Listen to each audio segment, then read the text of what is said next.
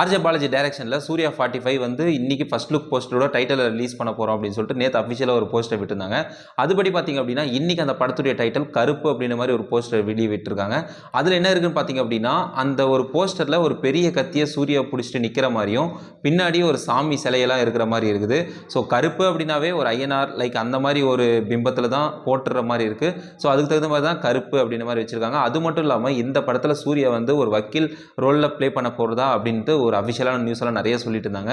அது மட்டும் இல்லாமல் மூக்குத்தி அம்மன், அதாவது ஆர்ஜே பாலாஜி லாஸ்ட்டாக டைரக்ட் பண்ண படம் மூக்குத்தி அம்மன்.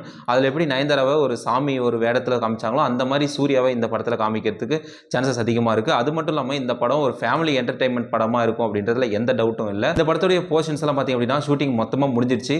ஸோ அதுக்கான ப்ரமோஷன்ஸ் ஒர்க்கு தான் இப்போ ஸ்டார்ட் பண்ணியிருக்காங்க. அதோடைய ஃபஸ்ட்டு ப்ரமோஷன் தான் பார்த்தீங்க அப்படின்னா இந்த ஃபர்ஸ்ட் லுக் போஸ்ட்டும் அண்ட் தென் டைட்டில் ரிவீலும். ஸோ வெயிட் பண்ணி பார்க்கலாம் இந்த படம் சூர்யா கம்பேக் கொடுக்குதா அப்படின்ட்டு.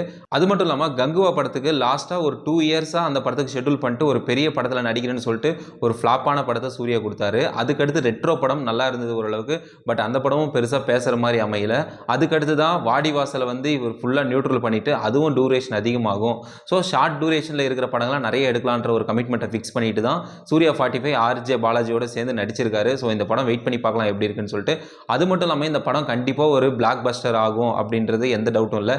லைக் வந்து வேலு இந்த மாதிரி படம்லாம் இருக்குது பார்த்தீங்களா, அந்த மாதிரி ஒரு ஜேர்னலில் இவருடைய படம் வரும் அப்படின்றதுல எந்த ஒரு டவுட்டும் இல்லை. அது மட்டும் இல்லாமல் ஆர்ஜே பாலாஜியுடைய படங்கள் மேலே ஒரு நம்பிக்கை வைக்கலாம். ஏன்னா கண்டிப்பாக இது ஒரு மினிமம் ஒரு ஹிட்டை கொடுத்துரும் அப்படின்ற ஒரு நம்பிக்கை இருக்குது. ஏன்னா அவருடைய டைரக்ஷன் அந்த மாதிரி. ஸோ சூர்யாவுக்கு இந்த படத்துலேருந்து ஒரு நல்ல ஒரு ஆடியன்ஸ் மத்தியில் ஒரு நல்ல ஒரு கம்பேக் கொடுக்குறாரு அப்படின்னு சொல்லி வெயிட் பண்ணி பார்க்கலாம். அது மட்டும் இல்லாமல் இந்த படத்துடைய டைட்டில் கருப்புன்னு வச்சதை நீங்கள் என்னவா நினைக்கிறீங்கன்னு சொல்லிட்டு மறக்காம கமெண்ட் செக்ஷனில் கமெண்ட் பண்ணுங்கள். இன்னொரு நல்ல வீடியோவில் சந்திப்போம். மண்டில் டாடா பாய்.